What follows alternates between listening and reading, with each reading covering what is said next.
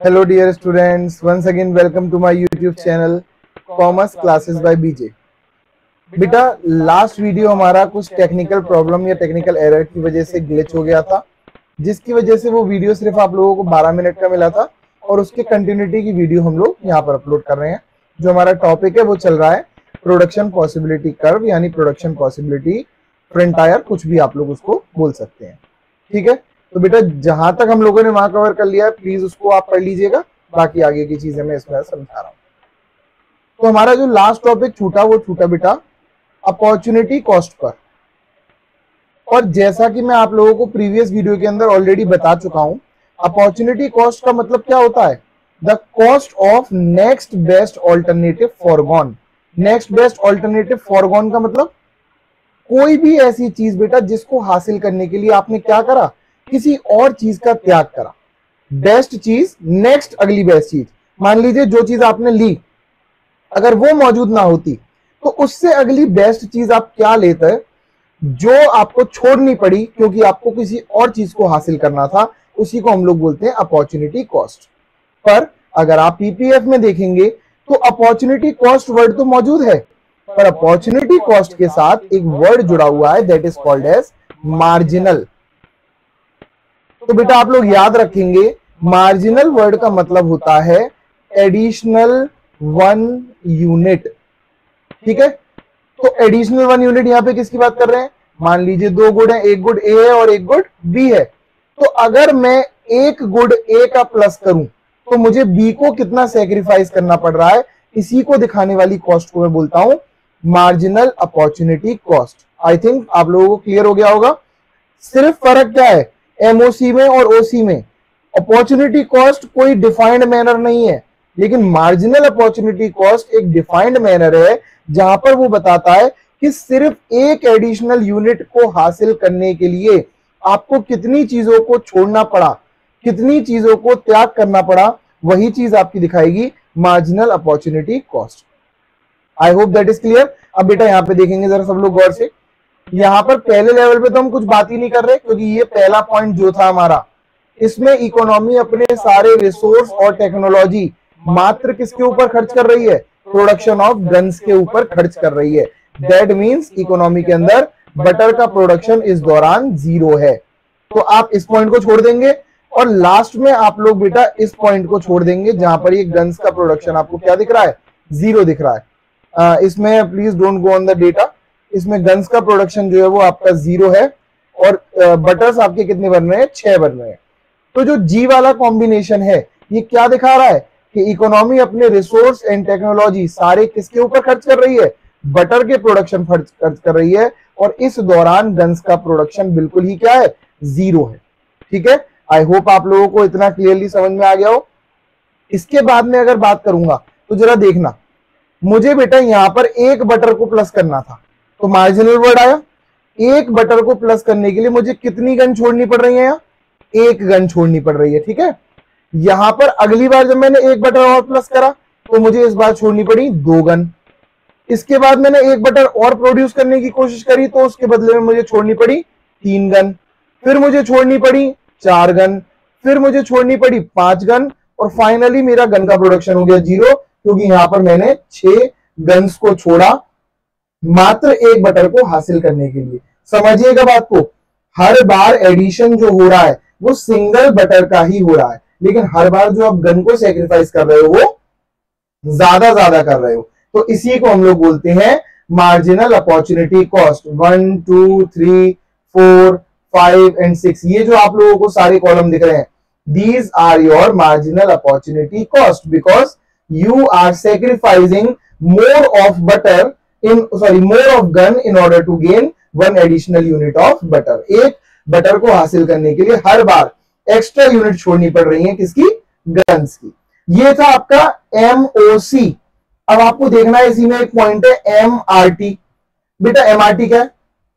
देखिए आप लोगों को याद हो तो जब मैंने पीपीएफ के अजम्पशन पढ़ाए थे लास्ट वीडियो के अंदर, उसमें मैंने आप लोगों को बिल्कुल क्लियरली बता दिया था कि इकोनॉमी के पास रिसोर्स जो है, टेक्नोलॉजी जो है, भले ही वो फिक्स्ड है, एक मैक्सिमम लिमिट है उसके पास कि इससे ज्यादा वो प्रोडक्शन नहीं कर सकती, पर इसके साथ साथ हम लोगों ने क्या समझा था कि इकोनॉमी के जो रिसोर्सेज होते हैं दे आर ट्रांसफरेबल। ट्रांसफरेबल का मतलब क्या होता है बेटा, कि they can be shifted from one resource to another resource. हम क्या कर सकते हैं, ये मेरा रिसोर्स है, इसी रिसोर्स को मैं चाहूं तो गुड ए में भी इस्तेमाल कर सकता हूं और इसी रिसोर्स को मैं बी में भी इस्तेमाल कर सकता हूं। क्योंकि एक वर्ड आपको याद होना चाहिए, ऑल्टरनेटिव यूजेस। किसी चीज को इस्तेमाल करने के बहुत सारे तौर तरीके, बहुत सारे रास्ते होते हैं। ठीक है, तो यहां पे समझना, बस मार्जिनल रेट ऑफ ट्रांसफॉर्मेशन क्या है, मार्जिनल वर्ड तो वही आ गया, एक यूनिट है ना।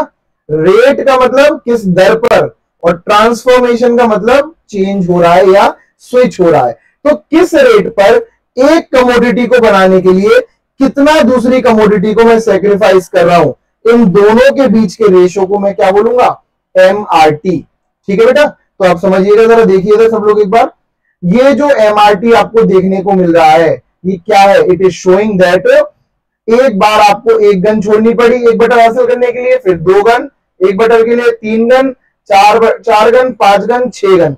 हर बार एक बटर को हासिल करने के लिए आपको गन्स को सेक्रीफाइस करना पड़ा है ज्यादा और ज्यादा, जो कि MRT का नेचर कैसा बना देते हैं, इंक्रीजिंग नेचर, मतलब बढ़ता हुआ नेचर। तो हमारी मार्जिनल रेट ऑफ ट्रांसफॉर्मेशन का नेचर कैसा होता है, बढ़ता हुआ होता है, इंक्रीज करता हुआ होता है। तो आई थिंक आप लोगों को ये पॉइंट समझ में आ गया होगा। और बेटा गन और बटर को, इन दोनों पॉइंट को अगर आप एक्स और वाई एक्सिस मानकर प्लॉट करेंगे तो प्लॉट करने के बाद ग्राफ एक इस तरह का बनकर आपको फिगर शो करेगा और यही दिखाएगा कि इकोनॉमी आपकी मैक्सिमम कितना प्रोडक्शन कर सकती है गन्स एंड बटर्स का। ठीक है बेटा, तो यही आप लोगों का अजम्पशन भी हो गए, पीपीएफ की डेफिनेशन भी हो गई, अपॉर्चुनिटी कॉस्ट भी हो गई, मार्जिनल अपॉर्चुनिटी कॉस्ट भी हो गई, देन एमआरटी का मतलब भी आप लोगों को समझ में आ गया। ठीक है बेटा, अब इसके बाद जो हम आगे वाले टॉपिक पे बढ़ेंगे वो हम बढ़ रहे हैं पहले पीपीएफ की प्रॉपर्टीज पे। ठीक है, तो पीपीएफ में ज्यादा कुछ नहीं है, there are only 2 properties of PPF. पहली प्रॉपर्टी को बोलते हैं कि पीपीएफ का जो कर्व है that is a downward sloping curve. कैसा कर्व है, जरा इसको भी समझ लेते हैं। ये देखो, ये जो कर्व आपको दिख रहा है पिक्चर में, ये कर्व आपको ऊपर से नीचे आता हुआ दिख रहा है।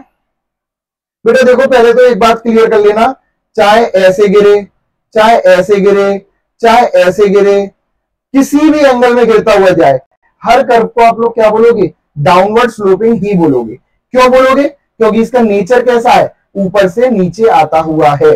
तो इकोनॉमी के अंदर कंसोलिडेटेड रूप में समझा देता हूं, 2 ही तरह के ग्राफ बनते हैं, या तो नीचे से ऊपर वाला या ऊपर से नीचे वाला। इसको हम लोग बोलते हैं अपवर्ड, इसको हम लोग बोलते हैं डाउनवर्ड।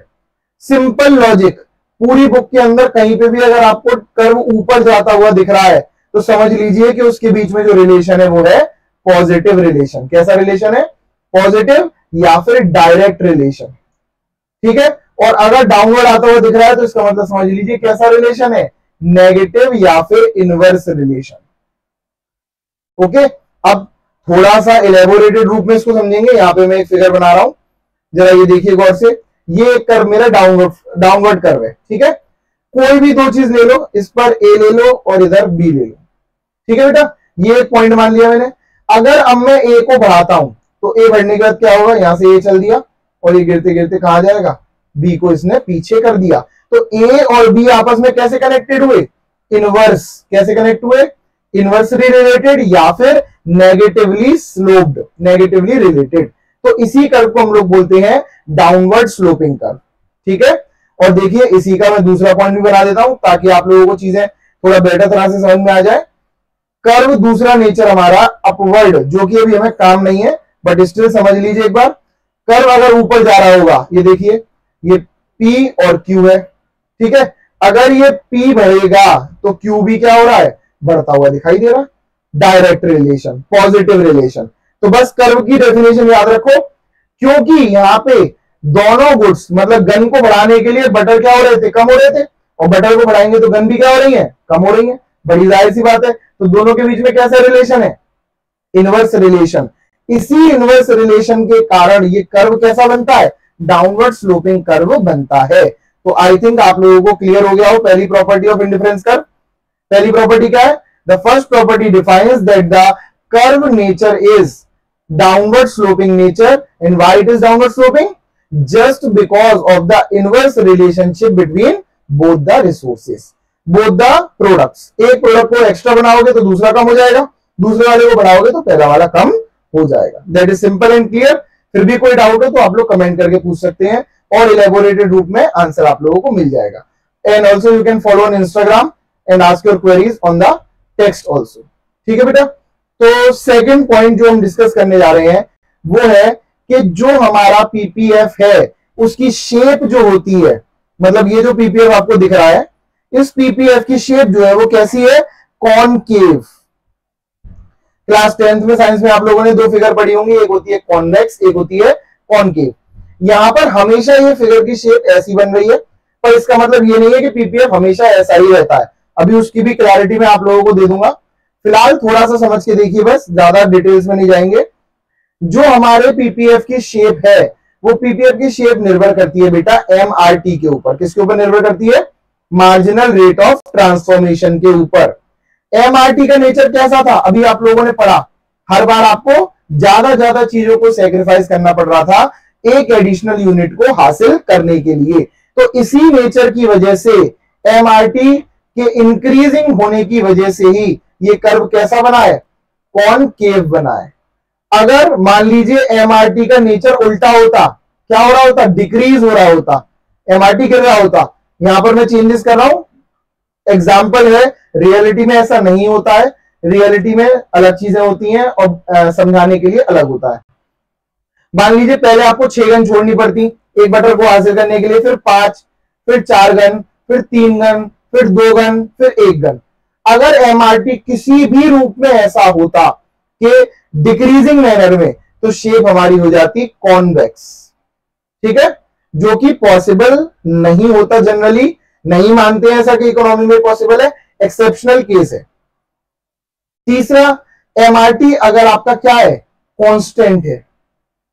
ये सिचुएशन थोड़ी सी पॉसिबल है। कांस्टेंट का मतलब क्या है?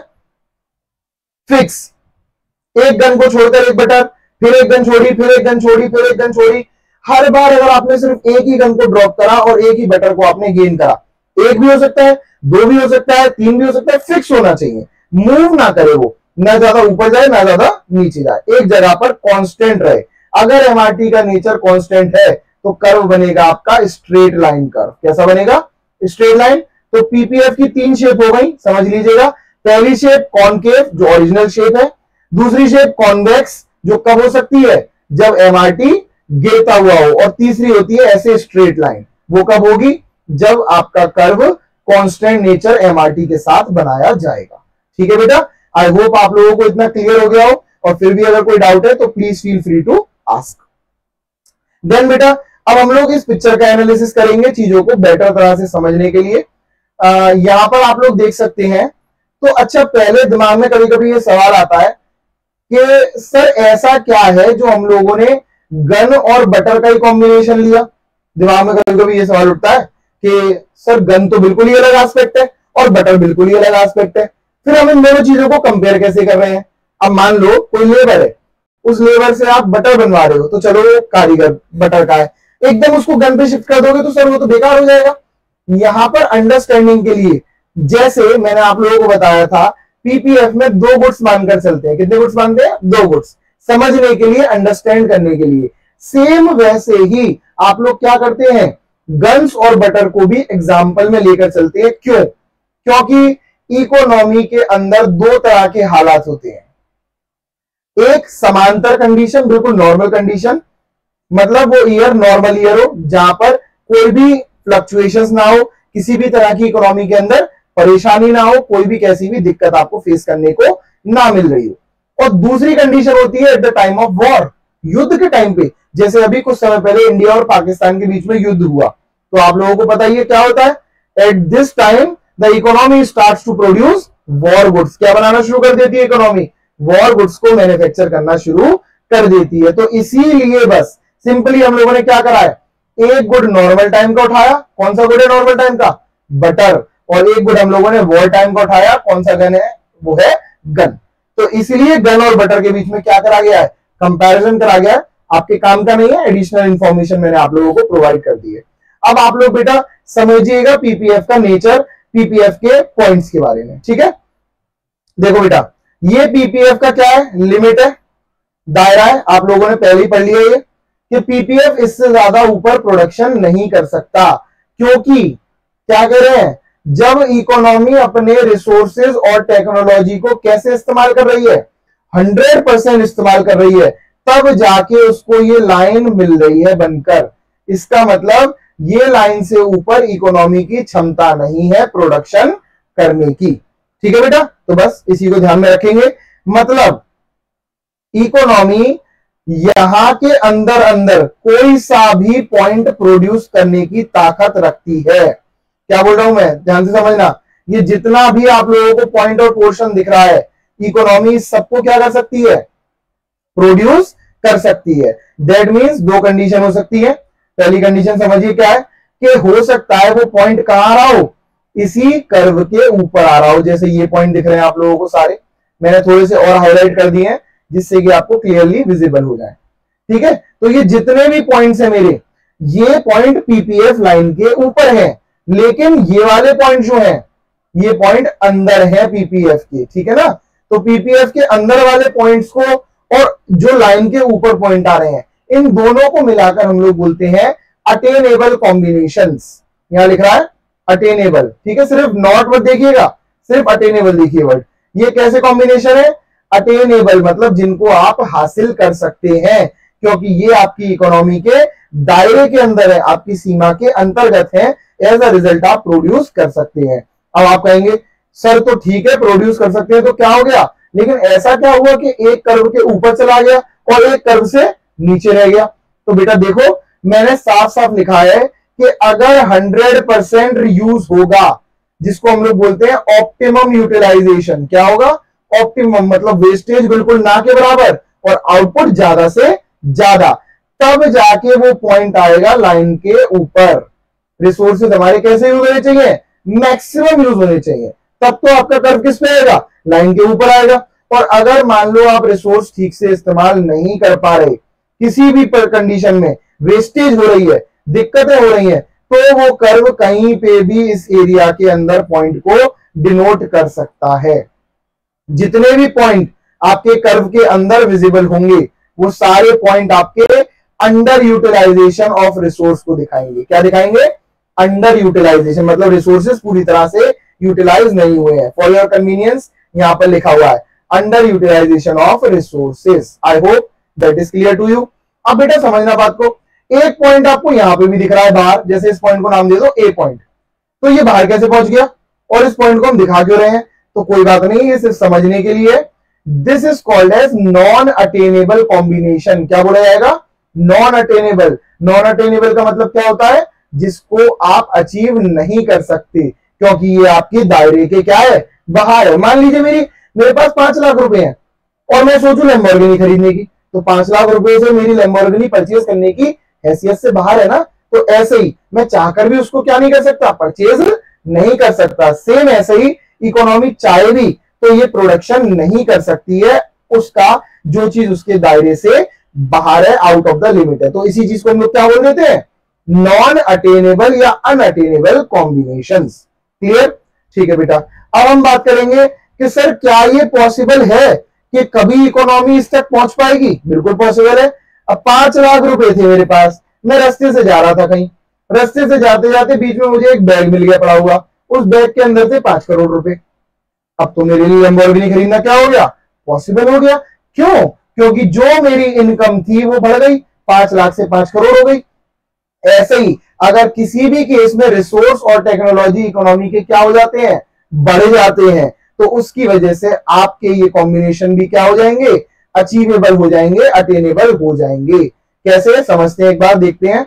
जैसे सपोज करिए बेटा, अगर मान लीजिए किसी भी पॉइंट पर, ये जो पॉइंट आपको ए दिख रहा है, अब मैंने रब कर दिया, इस पॉइंट पे ए पॉइंट को हासिल करना है तो इकोनॉमी को अपने कर्व को क्या करना पड़ेगा, ऊपर की तरफ पुश करना पड़ेगा। और ऊपर की तरफ पुश कब होगा, जब रिसोर्स और टेक्नोलॉजी बढ़ जाएंगे और इकोनॉमी का दायरा क्या होगा, प्रोडक्शन करने की क्षमता इंक्रीज हो जाएगी। तो इसी इंक्रीज की वजह से ये रिसोर्स क्या बन जाएगा, मेरा ये पॉइंट मेरे लिए बन जाएगा अटेनेबल। तो अनअटेनेबल चीज भी किसमें कन्वर्ट की जा सकती है, अटेनेबल में की जा सकती है। प्लस जो बुक में नहीं दे रखा, कभी कभी जो अटेनेबल कॉम्बिनेशन होते हैं वो भी अनअटेनेबल बन जाते हैं। कैसे, मान लो इकोनॉमी के रिसोर्स और टेक्नोलॉजी कम हो गई, जैसे लड़ाई हो गई, तो लड़ाई के बाद इकोनॉमी की कैपेसिटी क्या हो गई, इतनी रह गई बस।